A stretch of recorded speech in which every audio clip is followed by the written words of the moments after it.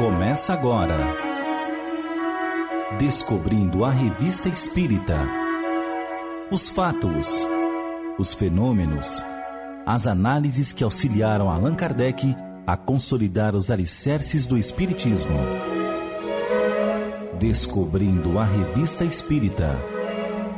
Pesquisa e apresentação, Luiz Armando de Freitas Ferreira.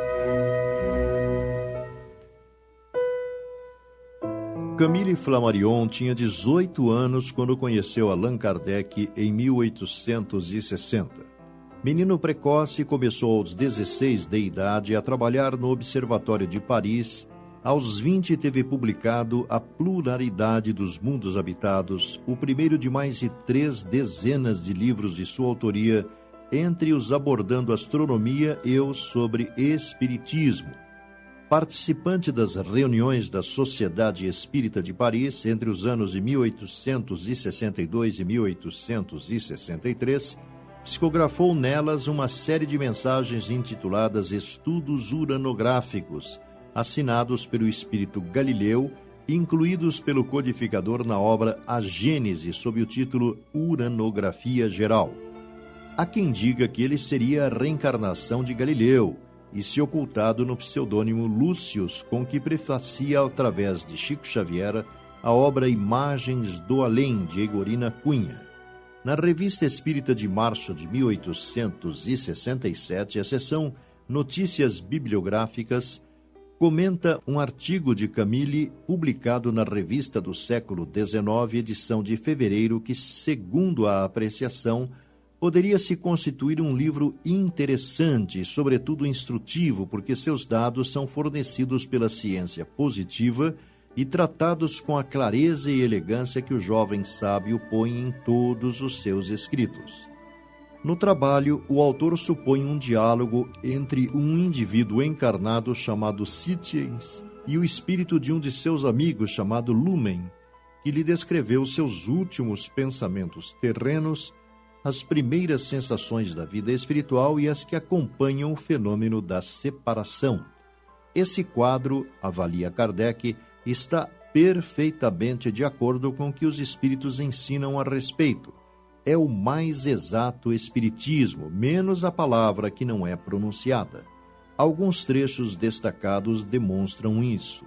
Primeiro, a primeira sensação de identidade que se experimenta depois da morte assemelha-se à que se sente ao despertar durante a vida, quando, voltando pouco a pouco à consciência da manhã, ainda se é atravessado por visões da noite.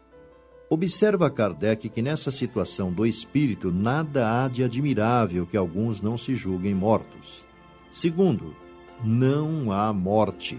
O fato que designais sob tal nome, a separação entre corpo e alma, a bem dizer, não se efetua sob uma forma material comparável às separações químicas dos elementos dissociados observadas no mundo físico.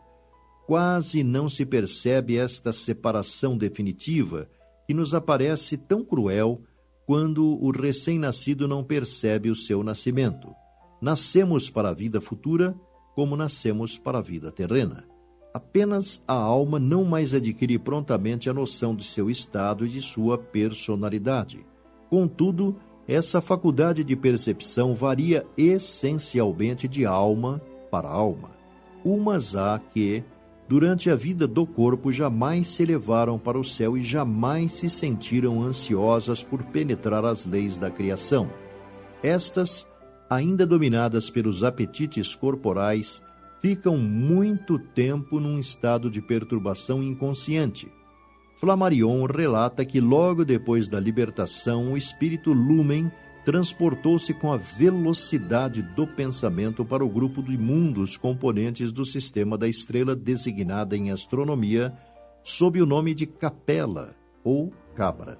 Dando-nos uma ideia da ampliação de suas percepções após ter abandonado o corpo físico, Lumen diz que a visão de minha alma tinha um poder incomparavelmente superior ao dos olhos do organismo terrestre que acabava de deixar. E, observação surpreendente, seu poder me parecia submetido à vontade. Mais à frente, revela que no mundo à margem do qual eu acabava de chegar, os seres não encarnados num invólucro grosseiro como aqui, refere-se à Terra, mas livres e dotados de faculdades de percepção elevadas a eminente grau de poder, podem perceber distintamente detalhes que a essa distância seriam absolutamente subtraídos aos olhos das organizações terrestres. Explicando melhor, acrescenta que tal capacidade não é exterior a esses seres, pertencem ao próprio organismo de sua vista. Tal construção óptica e poder de visão são naturais nesses mundos e não sobrenaturais. Pensai um pouco nos insetos que gozam da propriedade de contrair ou alongar os olhos, como tubos de uma luneta, encher ou achatar o cristalino para dele fazer uma lente em diferentes graus, ou ainda concentrar no mesmo foco uma porção de olhos assestados como outros tantos microscópios para captar o infinitamente pequeno, e podeis mais legitimamente admitir a faculdade desses seres extraterrenos. Enaltecendo o valor do artigo, Kardec considera que é a primeira vez que o espiritismo verdadeiro e sério é associado à ciência positiva, e isto por um homem capaz de apreciar uma e outra e de captar o traço de união que um dia os deverá ligar.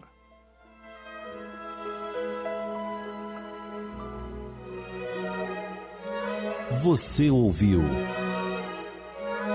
Descobrindo a Revista Espírita. Pesquisa e apresentação, Luiz Armando de Freitas Ferreira.